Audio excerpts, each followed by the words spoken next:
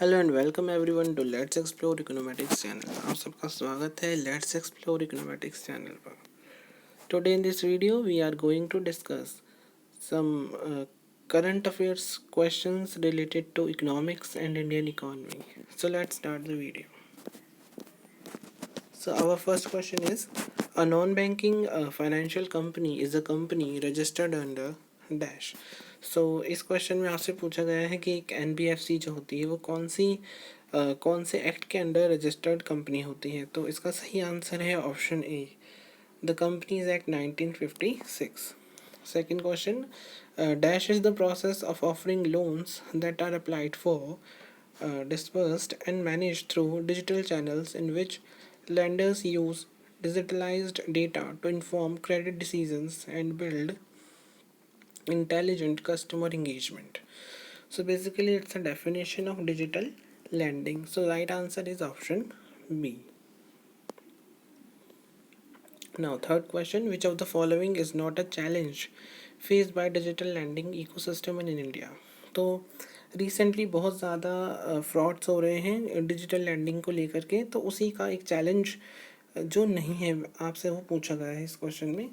तो option A, unauthorised digital lending platforms. तो बिल्कुल बहुत ज़्यादा अनऑथराइज्ड जो लैंडिंग प्लेटफॉर्म्स हैं वो बढ़ गए हैं, तो ये एक चैलेंज है।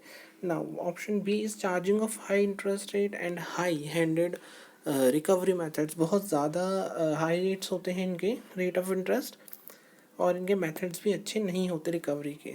Option C, there is no misuse of agreements to access data on the mobile phones of the borrowers.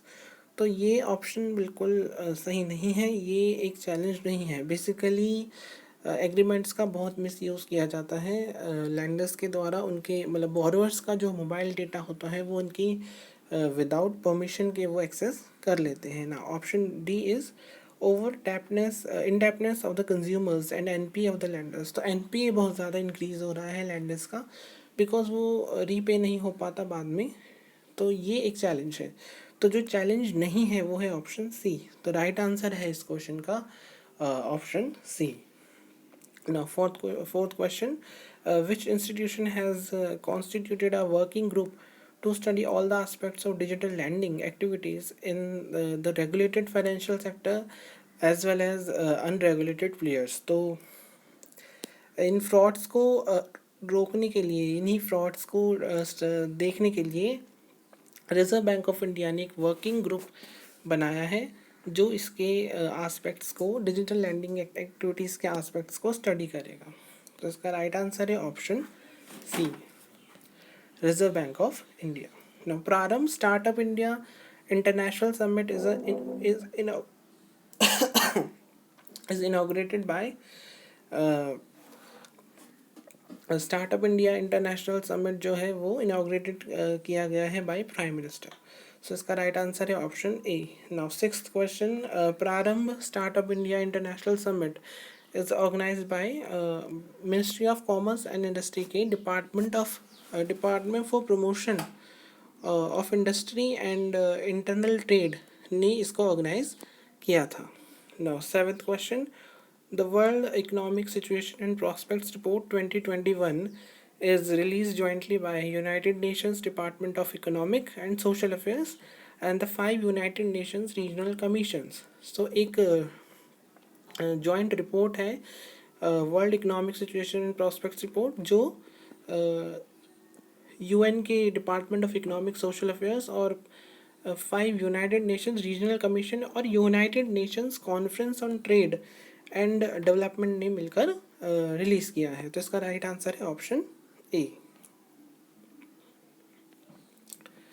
Now as per the world economic situation and prospects 2021 report, which of the following is not a finding related to India? तो by mid 2020 unemployment rate had quickly escalated to record highs of 23% in India। बहुत ज़्यादा unemployment increase हुआ है last year से। और भी जो water quality है, एम्बियंट वाटर क्वालिटी इम्प्रूव हुई है during lockdowns, especially in Yamuna and Sabarmati river in India. And C, The Indian economy grew at 4.7% in 2019, will contract by 9.6% in year 2020 as lockdowns and other containment efforts reduced the domestic consumption without halting the spread of disease despite drastic fiscal monetary stimulus.